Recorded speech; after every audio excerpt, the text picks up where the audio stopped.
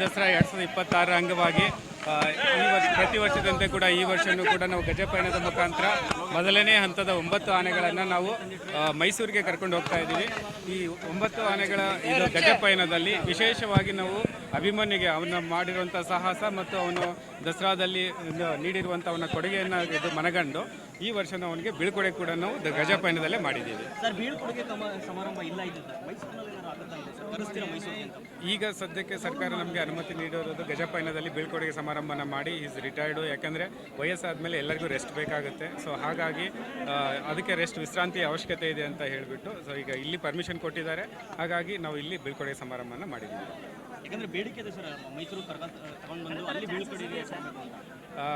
ಈಗ ನಮಗೆ ಸರ್ಕಾರ ಎಷ್ಟು ಅನುಮತಿ ನೀಡಿದೆ, ಇಲ್ಲಿ ಬೀಳ್ಕೊಡುಗೆಯನ್ನು ನೀಡೋಕ್ಕೆ ಅನುಮತಿ ನೀಡಿದೆ, ಅದರ ಪ್ರಕಾರ ನಾವು ಇದನ್ನು ಸರ್ ಆನೆಗಳ ಆತಿಥ್ಯ ಹೇಗಿರುತ್ತೆ ಸರ್? ಪ್ರತಿ ವರ್ಷದಂತೆ ಈ ವರ್ಷವೂ ಕೂಡ ತುಂಬ ವಿಜೃಂಭಣೆಯಿಂದ ಚೆನ್ನಾಗಿ ಮೂಡಿ ಬರುತ್ತೆ ದಸರಾ ಅಂತ ಹೇಳ್ಬಿಟ್ಟು ನಾನು ತಮ್ಮಲ್ಲಿ